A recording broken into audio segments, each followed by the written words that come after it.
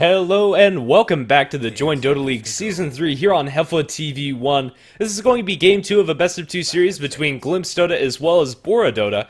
And while I'll be one of your casters today, I'm Grandis V, and for Game 2 I'm going to be joined by HeflaMoke. Hello.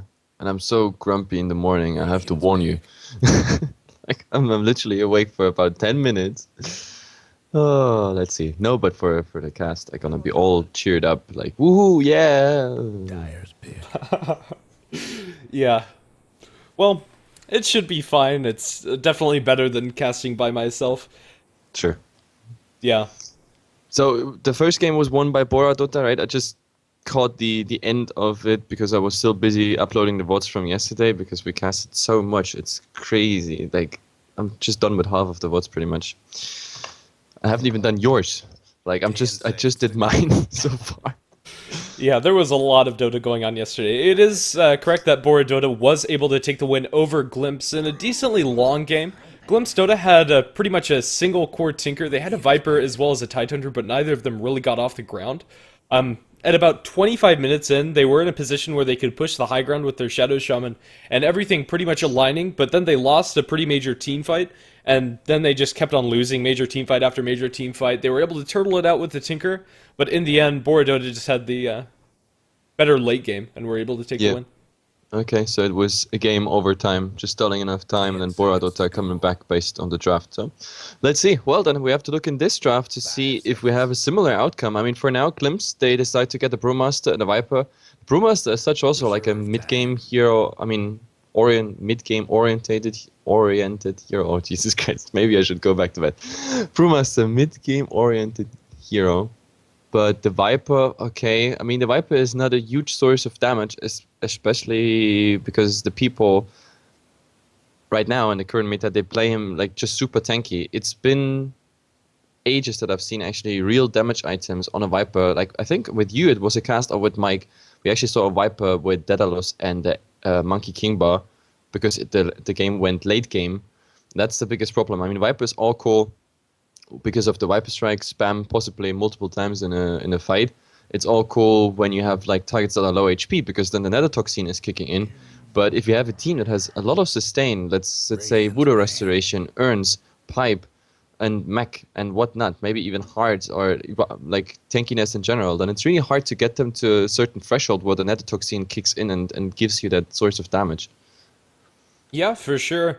And Viper, not one of the fastest farming heroes, and especially last game where they had the Tinker sapping up a lot of that space, Viper just wasn't able to pick up those big damage items, so...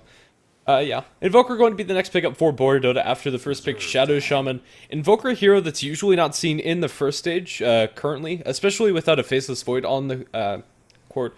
But Shadow Shaman as well as Invoker, you can get the Shackles set up into the Sunstrike, and the pushing power coming out from those two is fairly decent, with Forge Spirits and Necronomicon commonly on the Invoker, as well as the Serpent Wards coming in for the Shadow Shaman. They'll be able to take down towers as well as push waves very quickly. Yep, we actually have seen, I think BoraDota, if I remember correctly, last time I casted them, they actually played another Exalt Invoker. They played Quaswax, which was interesting to see because at the moment it's just the inferior spec, and mostly you just see that against Wraith Kings, for example. But also against the Brewmaster, it might be not the best, not the worst choice. But then again, Exort is at the moment just too strong. Like, for now, we don't have the crazy setup for Sunstrikes. We have a Shackle, okay. But I mean, there's still 3 more picks to go. So let's see if that Invoker can really stay in mid and then just YOLO out with all the Sunstrikes all over the map. The bans, I don't know. The first ban stage wasn't interesting at all. Like Lycan, Void, Doom, and Razor. This is something you completely expect. This is along the lines of the current meta, but let's see, the second ban stage, we see where the emphasis of both teams are, what they want to ban, and okay, I mean, Ancient Apparition banned, that's, I guess, an interesting ban, because in Brazil, apparently the Ancient Apparition is still very often played. Then again, in other scenes, Ancient Apparition is pretty much ignored at the moment. You sometimes don't even see him banned or picked. And on the other side, I didn't expect this one. Like, Enchantress coming out, I guess just taking away the push, but if you want to take away the push, then you should ban Death Prophet right now, as well as maybe a Pugna. Yeah, I mean, Shadow Shaman and Enchantress could be a pretty solid roaming duo early on with the Enchantress slow, as well as whatever her creeps can offer. Shadow Shaman should be able to follow up with the Shackles. But yeah, a very peculiar ban. Ancient Apparition, honestly, I don't think BoraDota should have banned that. I think that would have been a solid pick for them to take, but on Glimpse team, it would have kind of felt a little out of place. Um, Currently, I don't know, it could have gotten a tri-lane with the Viper. Ancient Apparition, great at winning those early skirmishes with the Chilling Touch, but still, I don't see really any heroes that he'd be shutting down with the ultimate. No, like, Armlet, Lifestealer, or Alchemist on the board. Yep. Let's see what's coming. Tidehunter. Finally, they made up their mind here. They used so much of the reserve time. I don't know what was so hard about the last one. Maybe they realized after they banned the AA that there's much, I don't know, better heroes to ban. But the Tidehunter, I totally understand. No Ravage, no Anchor Smash, no Gush, and no nasty, super tanky by default offliner available. So that's one I completely support. On the other side, Klims is banning out the Clockwork. Okay, I mean, I think they against might this be. one, Oh, I think they might be going for the Tinker here with the Clockwork ban. Clockwork not the best against Viper or Brewmaster. Brewmaster can still get his ult off inside the cogs, and well, Gyrocopter is going to be the pickup from Glimpse Dota. that's an interesting one. This might as well be a Gyrocopter support. Like some people still don't realize that Gyrocopter actually makes a nice support. I love the Gyrocopter in the support role because it's a hero just like the Wraith King. I mean, the stun is obviously much inferior, but like if you actually spam that rocket all the time, you have some mana sustain, just get sustain overall for the team, like a Gyrocopter with Arcane Boots and a mech. But okay, in this case, the Viper is going to be the mech rushing hero anyway. But yeah, just getting all the utility items, spamming that rocket, and for the ganks, if you actually get a stun or slow from another hero, then your rocket barrage. That's the funny part about the Gyrocopter. The rocket barrage does not need any items. It doesn't matter. It's a magical spell, and it's nuts if it goes on a single target. That's why the Gyrocopter is up till, I don't know, minute 20, 25, really strong. It's a hero that scales nicely even into mid game. And if you've been successful as a support, you can get nice items. Like sometimes we see Arcana Scepter coming out, which is, yep, always a surprise and not played in the current meta at all. But yeah, sometimes we have teams experimenting with it, like Fnatic, for example, or like even smaller teams. So let's see what the Gyrocopter is. It could be still Viper offline, Brewmaster, or Brewmaster offline, Viper mid, Gyrocopter, safe lane farm. Pugna is coming out, but that's also a hero that kind of needs to farm. So this might as well be a Gyrocopter support. I'd love to see the Gyrocopter support, and I'm hoping that's what Glimpse Dota are going to lane. I think that's the best option. With their first 4 picks, one of these heroes is going to be demoted to that position for Brewmaster, Gyrocopter, or Pugna. And I think out of those 3, I think Gyrocopter is probably the one that functions best without farm, especially in that first 20 minutes, as you stated. Abaddon pickup by BoraDota, kind of interesting. Coming out from them, but it's going to keep this Death Prophet alive for quite some time. And the pushing potential coming out from BoraDota is starting to get pretty insane. Yep, absolutely. And talking about push, Death Prophet is coming out Pugna. So when it comes to push, and if you take it all in consideration, then BoraDota definitely having the stronger push, a push that you can't really drive out just by mere presence, because the exosystem, the ghosts don't care about counter push measurements. The same for the wards, like you have to actually get those wards down, which is kind of a problem, especially when there's exosystems still floating around and maybe targeting you. So this is definitely going to be interesting. The Abaddon, I like this one very much, to be honest, because the Abaddon can remove all those stuns. And right now we have quite some stuns coming out, plus all the other debuffs, like Viper Strike on someone, bam, Aphotic Shield, Brewmaster, Thunderclap on someone, bam, just dispelled. Same goes for the Boulder Toss, the Crapify, and even the Rocket Stun off the Gyrocopter. So I definitely like this one. Yeah, for sure. I don't know, Abaddon is support that's usually only seen when you're playing up against Mirana or another similar, very long timing stun. And we do have that missile coming out from the Gyro, and if this is played as a support, usually you're going to see just straight up Rocket Barrage max first, and then the missile is your secondary max. Very late into the game, you'll get some points into the Flat Cannon, but a last pick Tusk coming out from Glimpse Dota. Okay, so there's actually, this time there's a real snowball in the team. Let's see if that snowball actually gets to roll. That's the huge question. And with all this, like, I'm still wondering who's the third farmer here. because it might be Pugna, it might be Gyrocopter, but I think we have a Gyrocopter Tusk roaming support, which is quite nice, because if you really have the ice shards hitting, that is the perfect setup for rocket barrage, and if you have ice shards plus snowball and a rocket cast before, all these previous stuns, they save exactly the time the homing missile needs to reach the target, which then is another additional stun for 2.2 seconds, which is the first point, and mostly we only see 1 point in it. So that might be actually quite interesting, to be honest. So I'm looking forward to this game of Klims. But Batrider is the last pick of BoraDota, so some initiation coming in. And I guess the Brewmaster is the most allergic one against this, because there might be enough burst damage on the other side to get the Brewmaster down before the Bramble split within the lasso. But then again, if I look at late game, for example, Klims might actually have the upper hand here. Brewmaster, Viper, a Tusk taking out the target pretty fast. Gyrocopter maybe transitioning into damage both teams. I don't know. I think, let's see. If BoraDota gets the upper hand and they keep on pushing, then this might be their game, especially with their tankiness and the initiation. But if Klims gets a bit the upper hand, it might as well go their way. So both drafts completely different, but very similar in character when it comes to where's the potential later on. Yeah, well, to start us off, we'll go ahead and introduce the Radiant side. We are going to have BoraDota playing on the Radiant with Aquino playing on the Abaddon, Nico going to be playing on the Batrider, Dead on the Invoker, Cass playing on the Shadow Shun, which will leave, last but not least, Frisk playing on the Death Prophet. Yep, and on the Dire side, we have Lutz here playing the Brewmaster. They are just smoked up. We have the Gyrocopter played by Bitrate, Mill Utensils, Sidley is going to be the Pugna, Angra on the Tusk, and last but not least, there is Sloth on the Viper. Well, let's see. A little bit of a 5-man rotation coming out from Glimpse to start things off to secure some control over the enemy jungle. They have Snowball already queued up, so if they catch somebody out and throw everybody inside the Snowball, it should be a fairly easy kill, especially with Rocket Barrage coming out from the Gyro. But they're not going to be able to find anybody, as the entire tri-lane coming out from BoraDota is just sitting behind their tier 2 tower.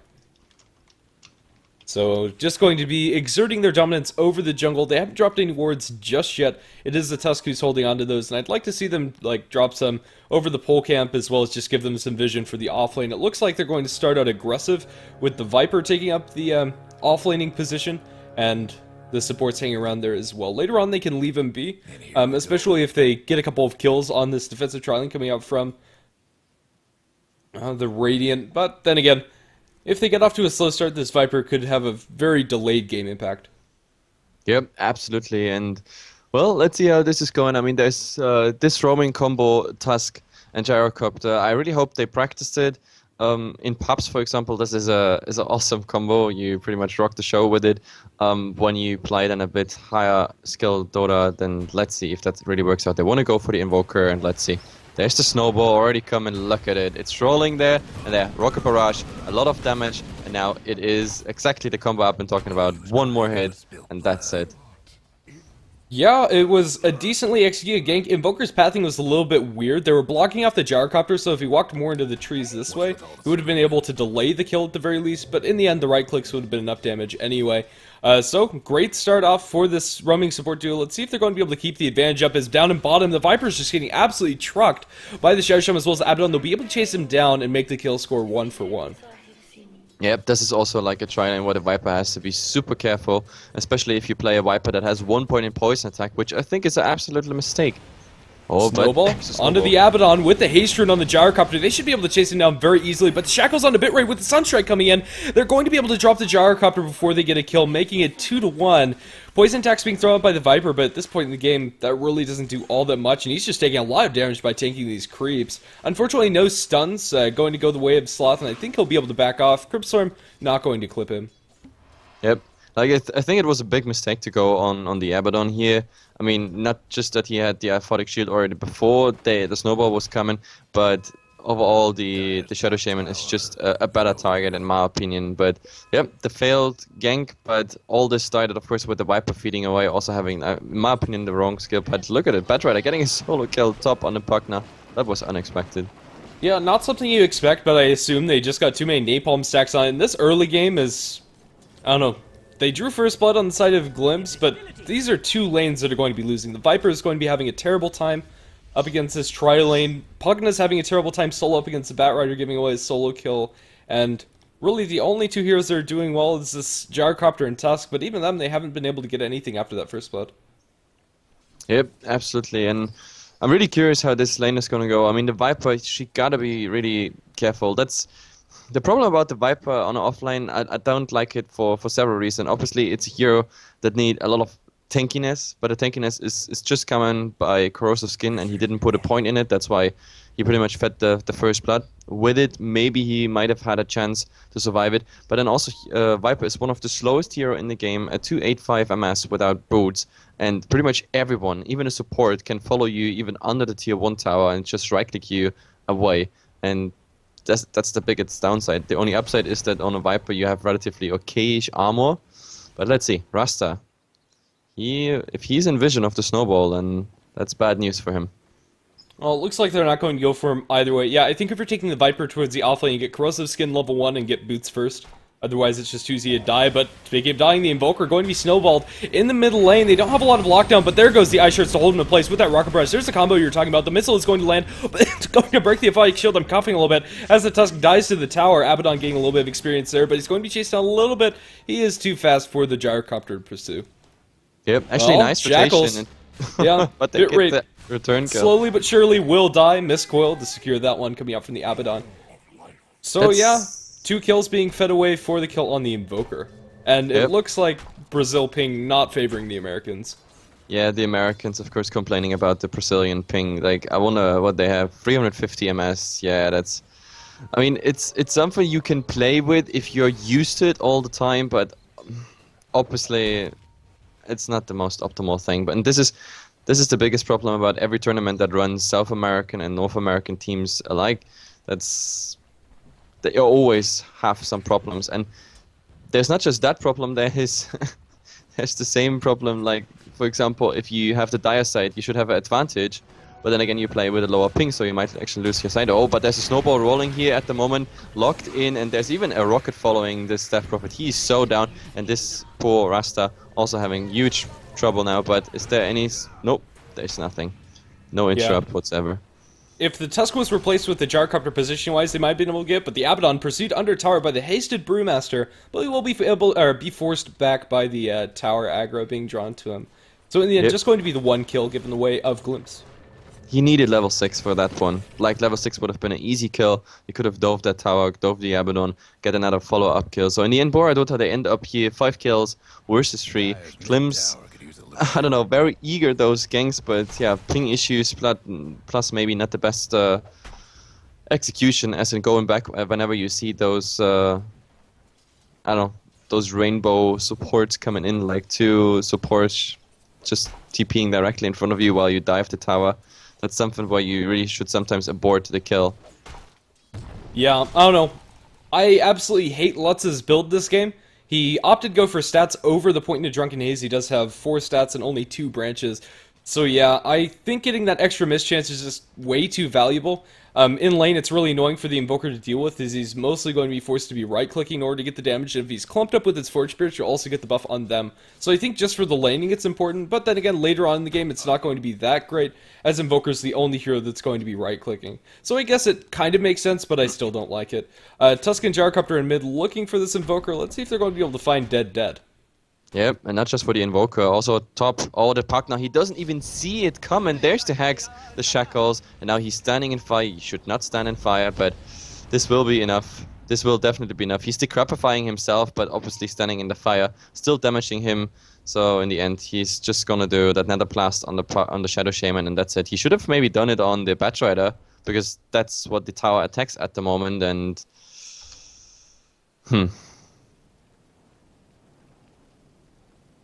Yeah, I don't know, it looks like there's some sort of issue with Invoker's Forge Spirit models. Yeah, what the hell? I haven't seen Forge Spirits this entire game, so... Yep, because they're invisible. Yeah. Look at this. Oh, that's where they are! Oh my they're goodness. invisible. In the mid, it's directly next to the right pillar of the high ground when you go on the Radiant side. There's a Forge Spirit, and it's got them invisible. Like, we have to look, what set is that? That is Arsenal Forge, a mythical cosmetic here, but apparently Volvo fucked up and... You can see the little fire trail on the auto attack projectiles at the very least. Wow. For the next one that he summons, it should be visible, but that's so annoying. Yep, let's see, this is... Volvo. Volvo. Well, after that little bit of divergence away from the game, it's going to calm down. Pugna did end up dying as we're babbling over the Forge Spirits, but in the end that was kind of expected. But we have a 7-minute Blink Dagger, sub 7-minute Blink Dagger from this bat. He shows it in lane, unfortunately. I think that's a little bit of a misplay. I think you just go back to base and get a smoke. He's like, low Forge Spirits are bugged. Yes, look at this. Even the next one he summoned is not visible. Yeah, that's too bad. But apparently, like, not even the Invoker can really click on him, on the stuff. But oh my god, the Rasta is coming in there, and there it is. Again, Sticky Napalm will get higher, but oh, look at this. The Rasta getting super low now. The Self has to be used, and the Batch Rider, he couldn't do anything in this fight just because he's completely out of mana. So, the partner at least zoning them out. But of course, there's the ward, and is there the Crapify or anything? Nope, he just blinks away. Yeah, I don't know, the Pugna Ward drained out the mana, so he wasn't even able to cast the Sticky Napalm once. Even with that, I don't think they'd be able to get that kill without Firefly. So I think all around, showing the Bat Rider in lane with the Blink Dagger and not going back to base immediately to get that guaranteed gank is a little bit of a misplay. Yeah, especially since they weren't able to get the kill on the Pugna. If they're able to get the kill on the Pugna again, I think it's worth it, but still. Yeah, absolutely, and... Well, let's see what's going on bottom, because I see a rotation and the Viper, it's a bit deep where he goes. Yes, there's the lasso, and now it's all about just the right clicks. Nothing he can do. He has stick charges, but using them would be completely in vain. A Viper with even prime boots is also just 335 movement speed. That is just pathetic. That's why I'm always like a supporter of the Face Boots Viper. But even in this case, Face Boots would not have saved him. But then again, they traded for a tier 1 tower. The question is now, do they also lose the tier 1 tower? Because then they would even lose this trade. So far it's relatively equal offlaner for a tower. Something you can do. But I mean, 3 people here, 4 people even. The Rasta joined the entire fight. So yeah. Yeah, Viper shows his face, they TP in with the Gyrocopter, but this is pretty risky TP. I don't know, they snowball in, looking for the Death Prophet. It's not going to land, they aren't able to get the range. Ice Shards will land, however. They get the Thunderclap, no, it misses coming out from the Brewmaster, and as this spirits rejoin her, she is going to be healed up with the Abaddon, excuse me. She'll be just fine. They get the Brewmaster split off, but they don't stun anybody up or throw anybody in the air. They catch vision of the Death Prophet, but on the backlines, they're going to hex up one of the minions. They snowball in for the Shadow Shaman, looking for the kill. I don't think Tusk can get that without mana, and on the backlines of the fight, they're looking for this kill on the homing missile. They'll be able to get it before anybody gets stunned, and it looks like a lot of spells being thrown out for naught, as nobody's died just yet. Yeah, this is ping issue. Like, this was, you can see it, like missing the Thunderclap, like that is just the delay he has if you play like above 300 ms, and even using the ultimate there might have been something if you would have gotten the boulder toss out or anything like that. But well, ping issues, just I don't know, I just, because I saw Lutz already playing the Brewmaster, and I know he was relatively good on the Brewmaster. This is something that shouldn't happen. Thunderclap is a huge range, and he had a perfect setup, the Ice Shard, so I just blame this one really on the ping. Yeah, our Invisible Forge Spirit going to be doing a little bit of auto attack damage incognito as he is right-clicked down by the Viper. What are those misses? It's not actually doing any damage to the Forge Spirit. That thing is bugged as heck. Yeah. It is actually invincible. Oh, God. Yeah.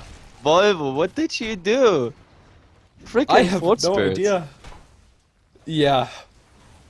Well, the push comes out in mid from Glimpse. They have the Pugna, and, well, you don't really need great ping to drop a Nether Blast onto the tower. They won't even drop any. He only has mana for 1 spell, so he's going to reserve that one. It actually kills the Forge Spirit with the Pugna Blast, it looks like. Yep, it's not invulnerable to certain things, but the tower's getting denied, and remind me that I go online on HeflaTV stream and playing some Invoker, Exort Invoker with a lot of Forge Spirits, just to win some buffs. because nobody's knowing what's happening. Like, oh my god, I'm burning. I lose HP. What's That would going be on? terrible for supports. Like, you just sick those little Forge Spirits on them, they lose all their armor, and then they get Sunstriked. Yep. Hacks. But either way, we saw also a tower going down. The Death Prophet finished the business here they had in the bottom lane. And yep, that's 2 towers in a short time. But let's see, Brewmaster being open on here. Is there a lasso or anything like that coming out? Because he still has the ultimate. So, nope, it won't be enough. He's actually getting out of here. Yeah, was able to blink away to safety. Batrider, I think they went a little bit too early. Yeah. So in the end, not going to be a kill onto your Brew. Well, it's going to calm down a little bit. The kill score is about 7 and 3, but we should have time to look at the early golden experience graph. So at about 10 minutes, we have about a 3k advantage built by BoraDota and about 4k in the experience department for them as well. Yep. Yeah, And the next time we're gonna see action, by the way, is gonna be top. Abaddon already camping somewhere in the trees. We have the Batrider. If they get a nice initiation on him, that might be really worth it. But no, the Gyrocopter's going forward. Do they spot? Oh my god, they spotted him. They spotted the Abaddon. Now, the question is, yep, they should get him. But the problem is he's level 6, and that is bad news. Now, oh, there's the interrupt. Nice snowball. So they should get him right after. Flamebreak buying some time. But the problem is the Tusk not having the shards. Therefore, they can't hold him back. So it's just a baited Abaddon ultimate. That's pretty much it. Yeah, I don't know, these Forge Spirits are almost going to Puck of Sunstruck. Yeah. Yep, that was close. Yeah, that's unfortunate for BoraDota that they weren't able to line up that Sunstrike, but I guess fortunate for the Pugna. He had Decrepify if he needed to use it up against the Forge Spirits, but was just kind of sitting there. Yeah, just feeling that it wasn't enough damage. He was right. Yep, absolutely. And I don't know, this Invoker so far, he doesn't really want to get too involved in this game. Like, Sunstrike was the most active part we saw so far. Nothing else was coming, no rotations except for that little bottom fight. But I don't know, what is he going for? Like, it's gonna be an Orchid. I guess that's okay. It's decent up against a Brewmaster, but without the ability to walk around and Ghost Walk very fast that you get from a Quaswex Invoker, his solo kill potential is pretty lackluster. Blink up in top lane for the Batrider, but not going to catch eyes on anybody. Yeah, in mid, they jump in. Yep, onto Dead with the Rocket Barrage coming out. They might have enough damage to get this kill onto Dead. The Rocket comes back to stun him. He has a lot of Quas regen available, however, and he's trying to run away with his phase boost. He might be able to make a Blink. Thunderclap. Yeah, not a chance for Dead. He is going to be so. Yep, they're gonna trade this entire thing for the tier 1 tower top here. Master Pivot's used for it, but at least they got the Invoker kill. Because at the moment, Klims, they need the kills, they need the experience. They're falling too fast behind. Maybe with their ping issues or not, but they need, they need to make something happening. They need to buy space, especially here now. There's a snowball on the Death Prophet, but look how fast he already is. Viper Strike slowing him down.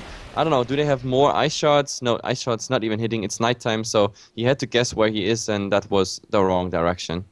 Yeah, Frisk already has a maxed out Witchcraft and Phase Yule's way too fast for them to catch him up. With the snowball, and even with the Viper Strike, he was able to run away.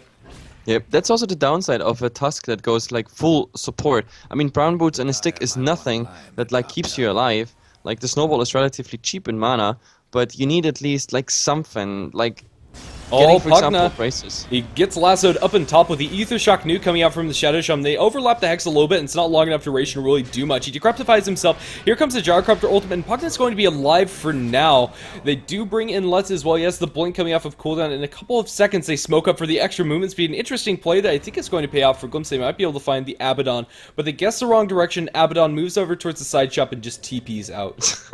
They just... them jukes. It's nighttime, so they didn't see that he actually went top there. That's the downside. I don't know, the Gyrocopter... That's... If you pick a Gyrocopter, I think the worst thing you can do is casting your ultimate first, just guessing. They are there because they could just run away once they hear. It's also a very loud sound. In my opinion, he could have just cast a rocket first on any target he sees, because that rocket is following regardless, wherever you go, and yeah, that would have made sure. But look at this. They're just GGing out. They say they can't play with this ping.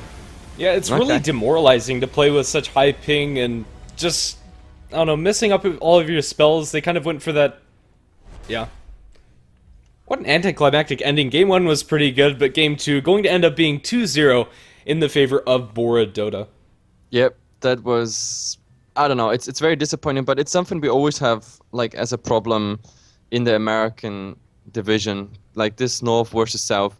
It's never really working out. But I guess BoraDota is getting an easy 2-0 here, and Glimpse, well, they say we don't care. The next time we just win, or maybe we have a bit more luck with the servers whatsoever. But to be very honest, like even despite the ping, they didn't have the best start. Yeah, and with their heroes, they need to get off to a wonderful start. Roaming Gyrocopter Tusk, if it falls behind, doesn't do a lot, as we kind of saw this game. Either way, thanks for watching. It's been a pleasure casting for you. That's going to be it for tonight, but I think that's only the start of the day for Hefla, so you might be seeing a little bit from him later on. Yeah, I don't think I've mentioned I'm GrandisV, and I've already pretty much signed out Heflamoke here. You can follow us on our English channels at HeflaTV 1 and 2. You can find our social media sites at HeflaTV on Twitter and Facebook if you want to follow us there. We do update when the games are going on, so you can find out when your favorite teams are playing on HeflaTV or when your favorite casters are casting. Should you be so inclined, you can go ahead and give us a like or a follow there. Also, if you want to watch the VODs later on, they'll be uploaded eventually. I know there's a little bit of a backlog now, so you probably won't be seeing up as fast as usual, especially with Twitch muting the VODs and us having to do it manually. But either way, you can find those at youtube.com/Heflamoke. And, well, that's going to be about it for me. Yep, and good night for you, good morning for me, and I don't know, good luck to all the batters out there. We're gonna be online later, obviously, with the normal day business here. So there will be some Join Dota coming up. Like, I haven't updated the schedule, but we're gonna look in it. So let's see what's coming up. Yeah. Again, thanks for watching. GrandisV signing out.